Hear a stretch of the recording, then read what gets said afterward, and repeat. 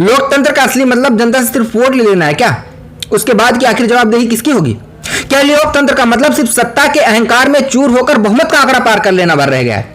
बिल्कुल नहीं। लोकतंत्र का असली मतलब चुनाव जीतने के बाद इस देश के हर एक नागरिक के अधिकारों का सम्मान करना है। आज देश के सफेदपोश नेताओं को यह मुगलता हो गया है कि लोकतंत्र का मतलब सिर्फ 5 साल में एक बार मशीन का बटन दबाकर सरकार चुन लेना है।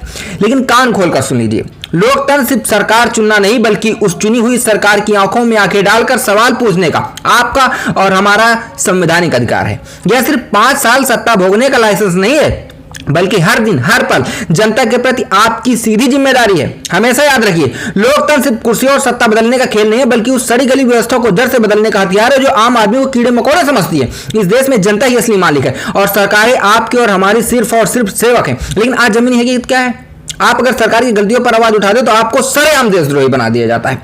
लेकिन इस अहंकारी सिस्टम को याद दिलाना होगा कि लोकतंत्र में असहमति कोई देशद्रोह नहीं है बल्कि हमारा सबसे बड़ा और बुनियादी हथियार है।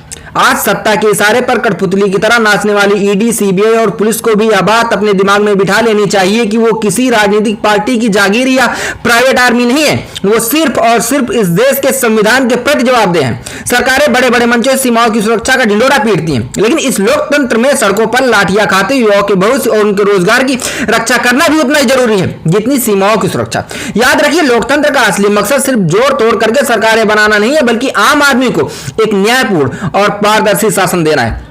तो अब आप खुद सोचिए और अपनी जमीन से पूछिए कि आज के दौर में हमारा यह लोकतंत्र सिर्फ कागजों में एक दिखावा बनकर रह गया है?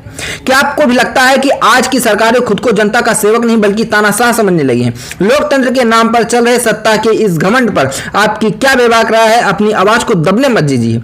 कमेंट बॉक्स में कमेंट करके जरूर बताइए।